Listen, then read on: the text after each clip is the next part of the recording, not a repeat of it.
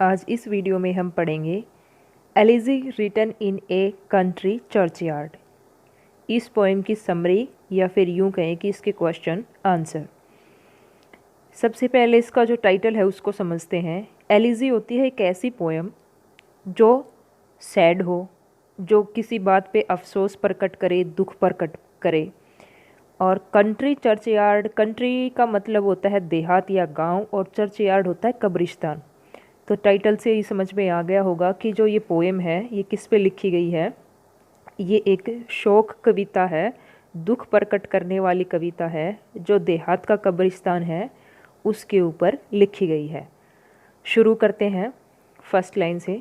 Elegy written in a country churchyard is a beautiful poem written by Thomas Gray. Elegy written in a country churchyard एक बहुत ही सुंदर poem है जिसको किसने लिखा है? टॉमस ग्रे ने। ये थॉमस नहीं होता, इसकी जो सही प्रोनाउंसिएशन या उच्चारण होगा वो होगा Thomas Gray.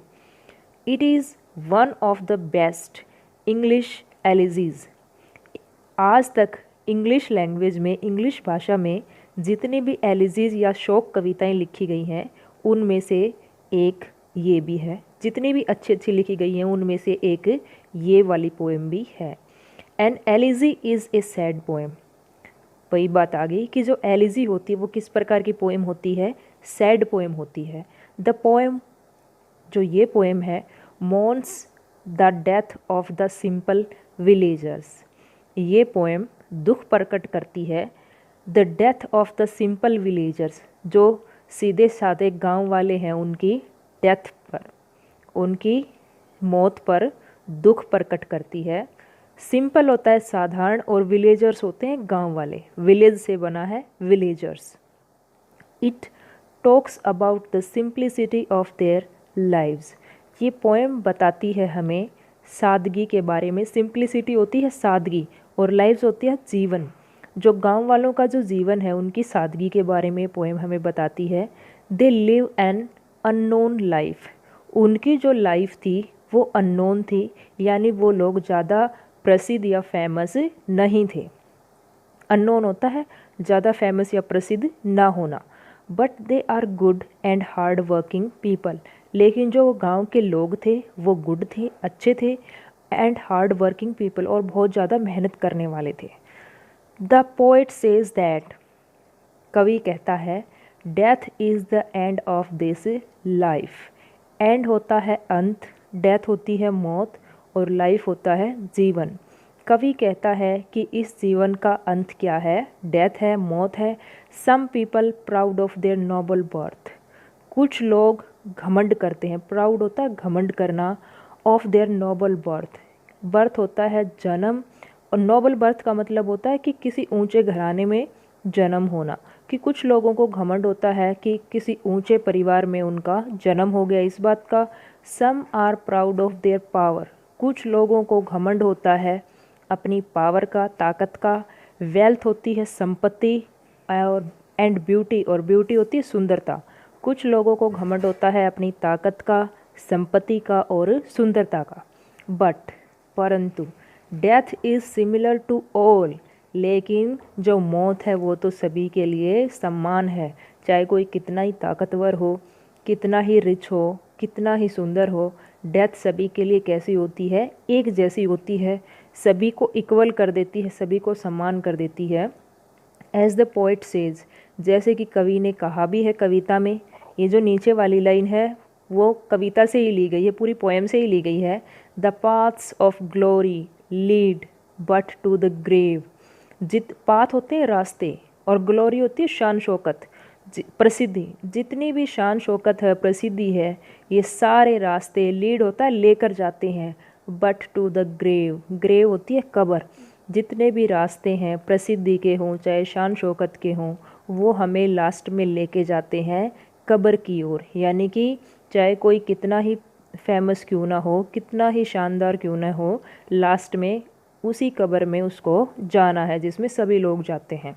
But the world, लेकिन ये जो संसार है, owners only those dead people. Owner होता है सम्मान करना। बट द वर्ल्ड, लेकिन ये संसार, ओनर्स सम्मान करता है ओनली दोज डेड पीपल, केवल उन मरे हुए लोगों का, हु वर रिच, जो हैं रिच धनी, एंड पावरफुल और ताकतवर। जो आपने भी बच्चों देखा होगा कि जो बहुत ज़्यादा रिच होते हैं, रिच यानी धनी, जिनके पास बहुत ज़्यादा धन दौलत होती है, और जो ताकतवर लोग होते हैं उनको बहुत ही सम्मान से, या फिर यूँ कहें कि बहुत बड़े बड़े स्टैचू बना के उनका मतलब जो फ्यूनरल प्रोसेसन है वो किया जाता है, या जो दाह संस्कार है वो किया जाता है। People build statue in their memory, और लोग बनाते हैं स्टैचू उनकी याद में। जो ताकतवर लोग हैं या फिर जो बहुत धनी लोग हैं उनके स्टैचू भी बनाए जाते हैं उनकी याद में। इट इज़ नॉट राइट, लेकिन ये गलत है। We should respect people according to their merits. Respect होता है सम्मान करना, अकॉर्डिंग होता है के अनुसार, और मेरिट्स होते हैं गुण। वी शुड रिस्पेक्ट पीपल, हमें लोगों का सम्मान करना चाहिए, अकॉर्डिंग टू देयर मेरिट्स, उनके गुणों के अनुसार, and not according to their wealth power and position, ना कि उनकी वेल्थ। और जो वेल्थ मीन्स क्या होता है, धन दौलत, पावर क्या होती है, ताकत, और पोजीशन क्या होती है, कोई भी स्थिति, मतलब कोई अच्छी पोजीशन पे हो। आप समझते हो इस वर्ड का meaning.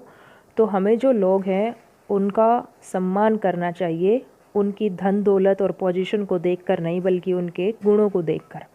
There worth remained unnoticed because of poverty, और जो गांव के लोग हैं उनकी जो वर्थ है, कीमत है, वो किसी ने नहीं जानी। अननोटिस का मतलब होता है अपरिचित रह जाना। वो अपरिचित रह गई किसकी वजह से, पॉवर्टी की वजह से, गरीबी की वजह से। If they had got chance, अगर उनको चांस मिलता, अवसर मिलता, चांस मीन्स होता है अवसर, दे कुड बिकम ग्रेट, तो वे भी महान बन सकते थे। दीज विलेजर्स वर पुअर, ये जो गांव वाले हैं ये क्या थे, ये गरीब थे, but they were good people, लेकिन वो अच्छे लोग थे। These people also wanted to be remembered after their death, और ये जो गांव वाले लोग थे ये भी चाहते थे। वॉन्ट मीन्स होता है चाहना, सेकेंड फॉर्म है ये वॉन्टेड। रिमेंबर होता है याद करना। These people also wanted to be remembered, और ये लोग भी चाहते थे कि इनको याद किया जाए आफ्टर देयर डेथ, उनकी मौत के बाद। दस इस प्रकार the poet remembers all this simple people through his poem, इस प्रकार जो पोएट है वो याद करता है इन सभी सीधे साधे लोगों को अपनी पोएम के माध्यम से। थ्रो का मतलब होता है के माध्यम से। एंड शोज़ हिज विश, और दिखाता है अपनी इच्छा। शो मीन्स होता है दिखाना, और विश होती है इच्छा, और दिखाता है खुद की इच्छा भी।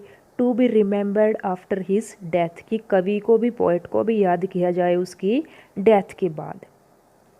The tone of the poem is serious, जो पूरी पोएम है उसका जो माहौल है, टोन है, वो कैसी है, गंभीर है, सीरियस है।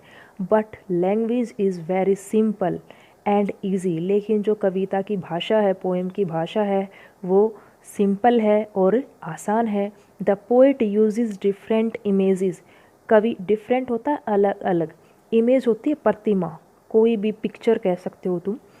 जो कवि है उसने अलग अलग प्रतिमाओं की, इमेजेस का प्रयोग किया है। सिमिली होती है उपमा, उपमाओं का प्रयोग किया है। एंड एलिट्रेशन, एलिट्रेशन होता है अनुप्रास अलंकार, और एलिट्रेशन का भी प्रयोग किया है टू एम्फेसाइज हिज आइडिया, अपने विचार को एम्फेसाइज करने के लिए और अच्छे तरीके से बताने के लिए।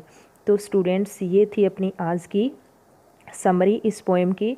अगर आपको ये अपने काम की लगती है, या फिर आप यूँ समझते हो कि इससे आपको कुछ हेल्प मिली, तो आप इस चैनल को सब्सक्राइब कर सकते हैं, ताकि और पोएम भी आप तक, और वीडियोस भी आप तक पहुंच सकें।